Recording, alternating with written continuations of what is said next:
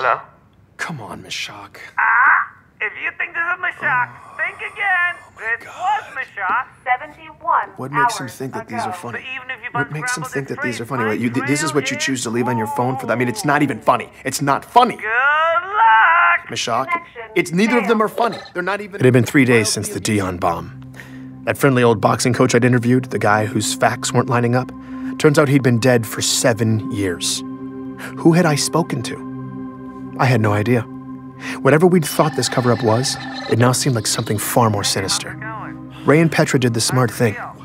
They cut ties and left. Mashak was the only one who hadn't bailed. Oh God, you know what? It's not funny, Mashak. Instead, he'd give me a potential breakthrough.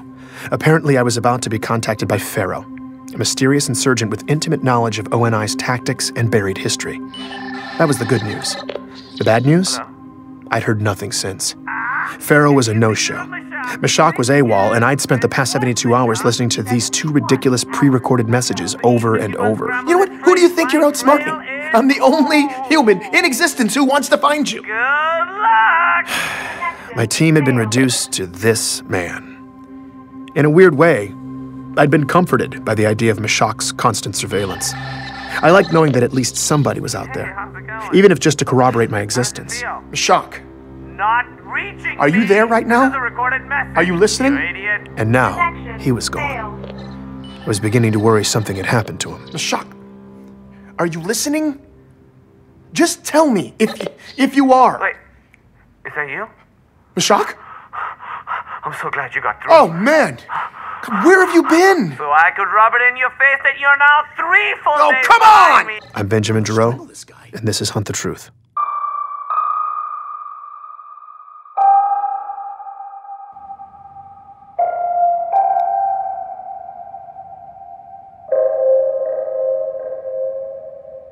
Hey, Ben.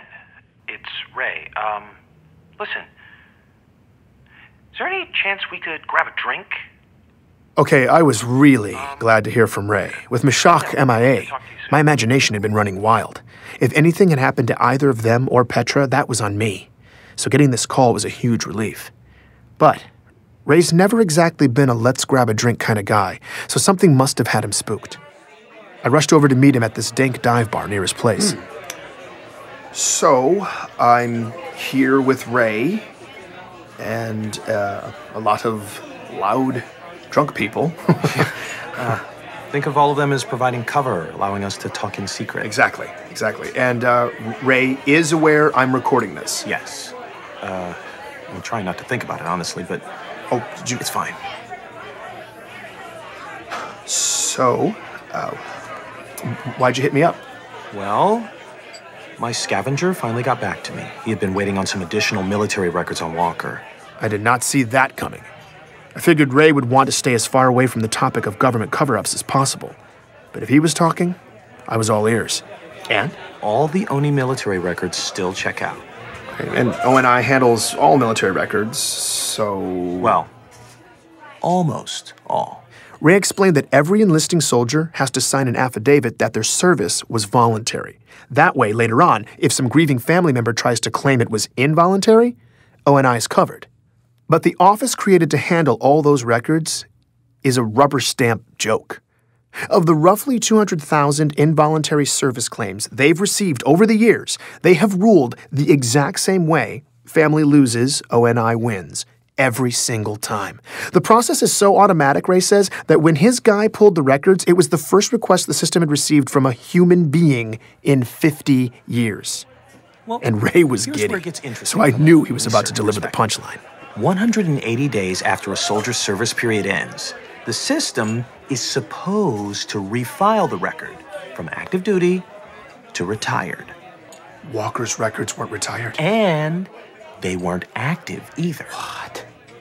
Jacob Walker is the only soldier in the entire military database that is neither active nor They retired. missed that? How could they miss that? Nobody checks? Nope. Nobody but me. Ray had caught ONI in a major admin snafu. And I guess he was on a roll because what he said next blew my mind. Mild-mannered analyst Ray Kurzig had used my recording of Walker's voice as a template to scan the slush for voice matching audio. Then I just took Walker's voice That and cross-checked was straight up the pirate audio. stuff. You what? Ray. You're an animal right now. Who are you? Oh, you are gonna love what I found, Ben. Get ready to take back the road, Ganymede. This is your chance to be one of the first on the planet to have your very own hog. More than 3 tons of... Here is our boy, Jacob, 19 years ago, hawking utility vehicles for some random dealership. Hog, one of Oh the my God. must-own and best driving It's a utility commercial? vehicles on the market. Yeah. The new 56 hogs He's an are shipping actor. now. Visit or call a qualified dealer. It's Beauty and the Beast. I couldn't believe it. I was listening to one of the military sources O&I provided me doing a commercial for a hog dealer on Ganymede, when Records had him stationed on the other side of human space. O&I had completely faked Walker, and Ray had caught the stupid bastards red-handed. Sitting there, having that drink, all the frustrations and anxiety that had been blaring in my face for weeks started to fade. Was it a bomber jacket? We ordered another round. Ray was actually being funny. I don't even think we were talking about the story anymore, and for a little bit, I felt normal. Oh, man. It didn't last, though. Implications were percolating in the back of my mind, and it wasn't long before it all came roaring back. If Walker's boot camp stories weren't real, then the fog around the chief's origins extended beyond his fabricated age 16 enlistment. How far did it go? Where did the truth even begin? All I knew at this point was who I had to speak to the moment I walked out of that bar. It was the only person that Walker's tale had contradicted, and it was someone I'd totally blown off. I just hoped Anthony Petrovsky would take my call. Oh, so now you want to hear my story, Yeah. huh? Yeah, hey, look, I owe you an apology. When we spoke, I didn't know what to believe, and I really should have given you the benefit of the doubt, man. Okay, just don't get too weird, all right? It was awkward, but after a few minutes, Petrovsky eventually started warming up. And I've been listening to your story. Really? What do you think? Well, I mean,Oni's lying. Yeah.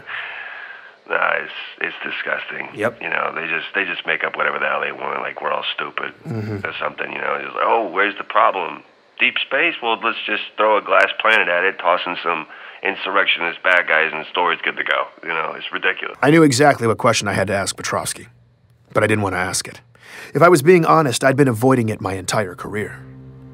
The Spartan program had a dark, dark cloud around its origins. Civilians had no idea, but soldiers had always whispered about it in the ranks. Even the few scattered details I'd gleaned during my years reporting from the front had been enough to convince me that this was one stone I didn't want to overturn. I was embarrassed to admit I'd just avoided it, but I couldn't avoid it anymore. Anthony would tell me everything. I just had to get up the courage to ask, and when I did, here's what he said. Look, all I know is rumors, but everybody whispers about it. Now, Oni kidnapping little kids, leaving behind decoys to cover their tracks. Just clones. Clones that were doomed to get sick and die. And all the families thought they were burying their kids.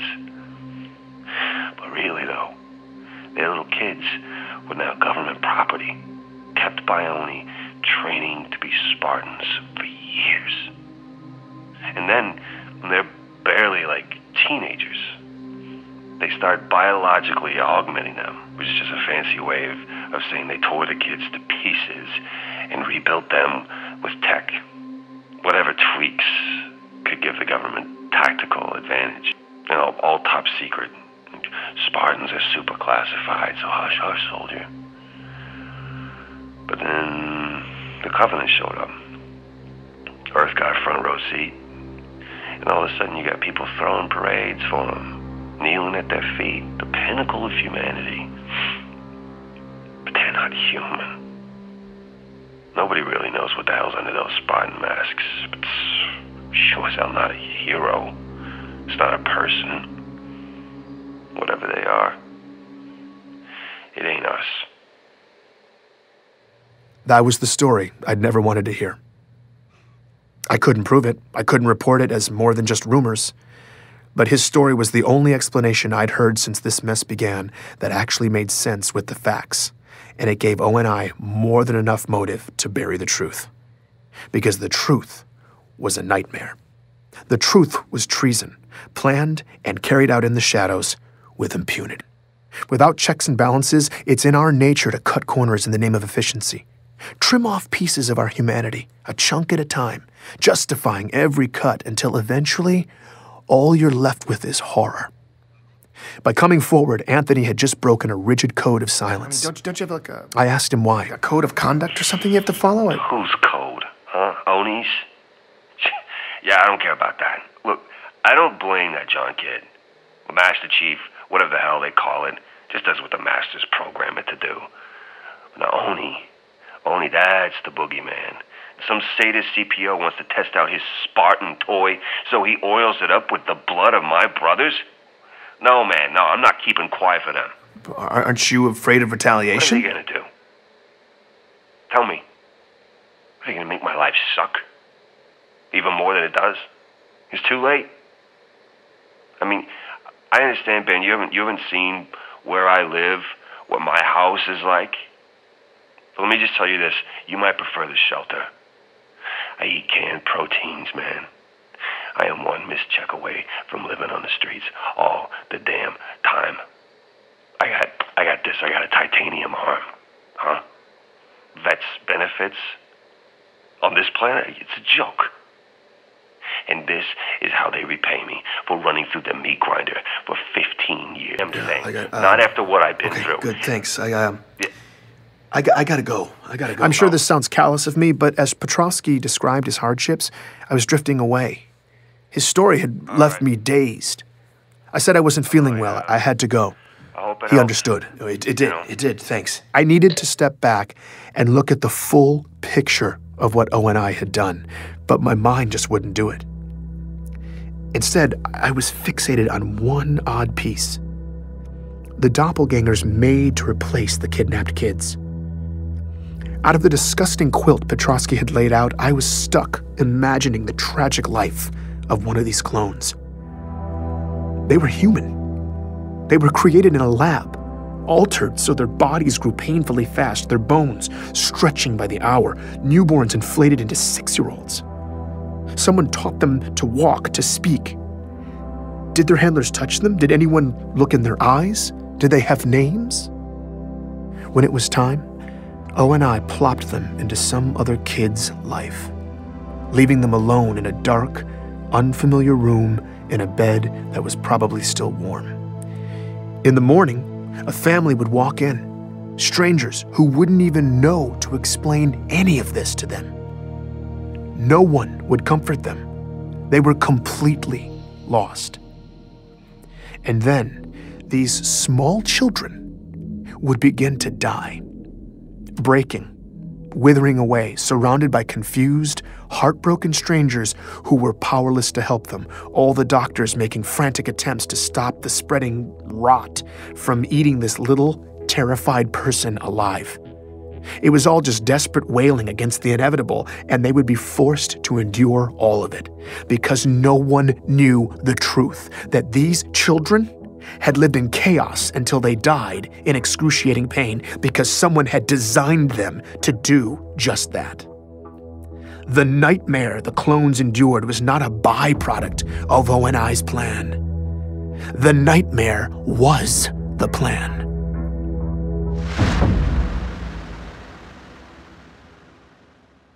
Did you hear an unpleasant story? It was still dark outside when I was awakened by that voice. I live alone and someone was calling me from the shadows. Ben, come in here. I was petrified. Then I realized it was coming in over one of the networks. My communication system had been hacked. I started recording. Pharaoh was finally here. Did you listen this time? Yes, I did. I feel like if people knew this story, if we could prove the cover-up, it could really start a fire. Maybe, but you only have so much reach. With only controlling 90% of communication, that fire might take a while to spread. And we're not sure we have that much time. Not with what's coming. What? What's coming? The anomalies in deep space your friend Meshach has been tracking. We don't know what it is yet, but it's getting stronger. Pieces are moving out there, and we have to move faster. Okay. How? There are friendly ears in the UEG. People who have been kept in the dark, many of them with real power. And if they heard your story, they would come down hard. Who are you talking about? Politicians? Who's O&I been keeping in the dark? There are high-ranking senators who don't know about any of this. You need to tell them. Speak truth to power. Get Oni Brass in the same room when you do it so they don't have a chance to spin it, and the senators would be able to blow it all up right there. Okay, but what am I gonna do? Arrange a roundtable with O&I chiefs and Senate leadership? Even if those people ever were in the same room, they wouldn't invite me over to ambush half of them. I don't see the opportunity. We create the opportunity. How? By creating panic. We give the public a hard truth. Ugly information that Oni can't contain. The cover-up, the Spartan program stuff. No, that's what will ignite the senators. The public needs a headline, imminent and explosive. Your story will make waves in the outer colonies, but on Earth and everywhere else, it's too complex and historical to cut through the noise. We don't have time for a slow burn. The public needs to hear a simple message. That we all might be about to die. And that's what we'll give them. Pharaoh was a force of nature, and something big was about to happen. It would get sympathetic politicians and O&I leadership all in the same room and set the table for me to lay out my proof, expose the cover-up, and blow it all open. Oni will be right where you want them, and then I'll open the door. And once you're in, you go for the throat. Please join me for the next episode of Hunt the Truth.